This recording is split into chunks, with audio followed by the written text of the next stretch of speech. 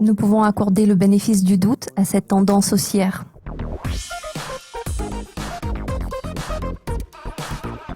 Bruno, il y a quelques semaines, vous avez prédit le rebond de l'indice du dollar américain. Est-ce que vos prévisions se sont réalisées?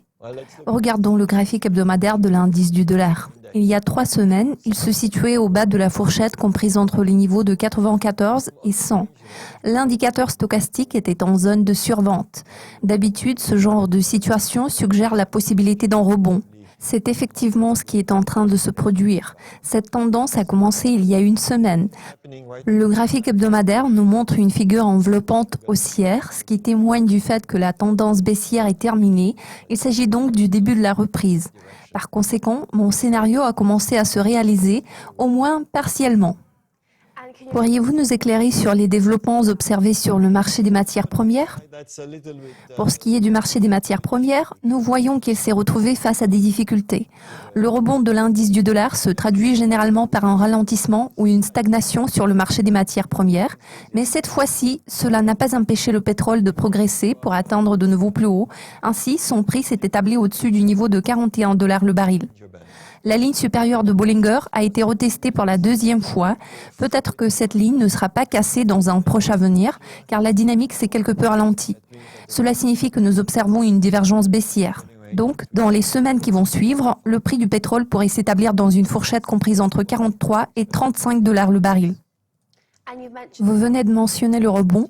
Devrions-nous nous attendre à ce que les marchés émergents rebondissent en parallèle?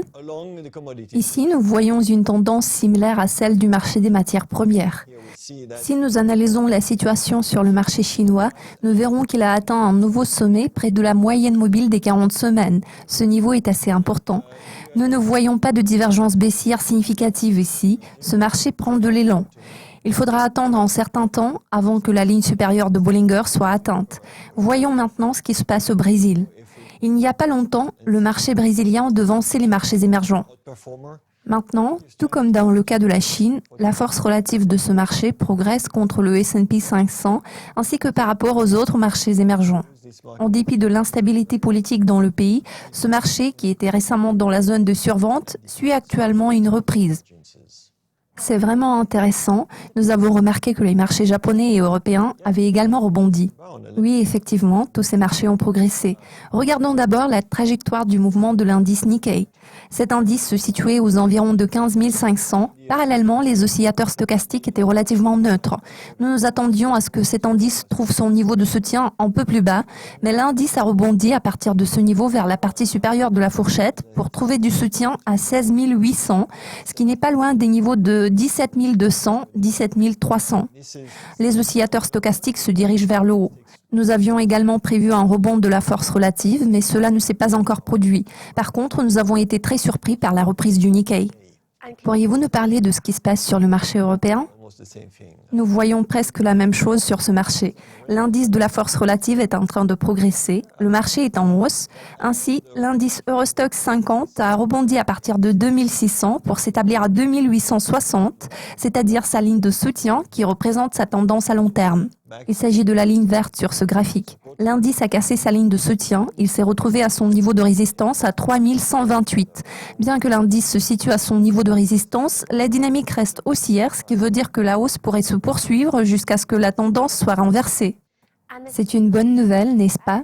Maintenant, les marchés boursiers ont commencé à progresser. Regardons le S&P. Voici le graphique hebdomadaire de l'indice. Nous voyons un nouveau sommet, la résistance a été cassée. La dynamique est positive, l'indice a le potentiel de connaître une forte hausse sur une base hebdomadaire. Pour le moment, son mouvement reste plat. Le S&P se situe aux alentours de 2100, ce qui est tout près de l'ancien niveau de résistance, à 2116. Ce niveau est également très important car il suggère que la progression peut s'arrêter là, sans que le S&P reteste le niveau de 2134. Pour le moment, nous ne voyons pas de signe d'inversion de tendance. Maintenant, je vous propose de regarder le graphique journalier du S&P. Nous voyons une petite consolidation, ce qui est conforme à nos prévisions. Pourtant, la ligne de soutien de 2000 n'a pas été cassée. Puis, l'indice a atteint son nouveau plus haut. D'habitude, lorsqu'un indice enregistre son nouveau plus haut et nous voyons se former une configuration rectangulaire, cela signifie que le mouvement qui, dans ce cas concret, a commencé au niveau de 1810, pourrait être terminé. Pour l'instant, nous ne pouvons pas en être sûrs. Fait important, l'indice VIX, considéré comme un indicateur de la peur, s'est établi à 14% le 4 avril. C'est un niveau très bas. Il pointe vers un ralentissement, mais pour le moment, nous ne voyons pas de signe de renversement. Le graphique intrajournalier nous montre que la semaine dernière, l'indice a atteint un plus haut à 2104. Il se peut que nous voyions bientôt la configuration en biseau osciller. L'indice a quitté la zone de consolidation afin d'enregistrer de nouveaux plus hauts à 2080-2090. Il est probable que l'indice va poursuivre sa progression vers le niveau de 2130. Pour l'instant, nous pouvons accorder le bénéfice du doute à cette tendance haussière. Nous observons une image similaire sur le graphique journalier. Oui, sur le graphique journalier du S&P 500, nous ne voyons pas de forte résistance, sauf au niveau de 2134. Ce n'est pas très loin du niveau de 2104.